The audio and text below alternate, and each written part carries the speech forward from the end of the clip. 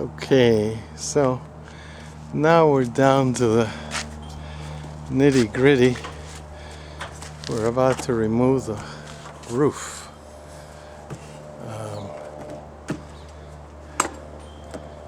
Have to get all of those guys out. And this is what we found on this side. I don't know how he did it on his own, but he was able to remove the skin. You can see how bad the damage is here.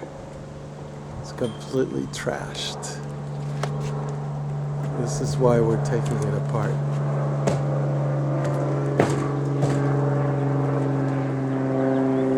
Okay, that bottom board is shot. You can see there's damage in the back as well. We're gonna be removing the back. That's gonna need quite a bit of repair back there. So that's why it had to be done. I don't know why they don't paint this stuff first, or at least prime it, so that it doesn't rot the wood. It's totally insane. I don't know why they use this cheap R40, 50 insulation when they could use some nice thick felt paper that would also keep the moisture out. That's what we're gonna do.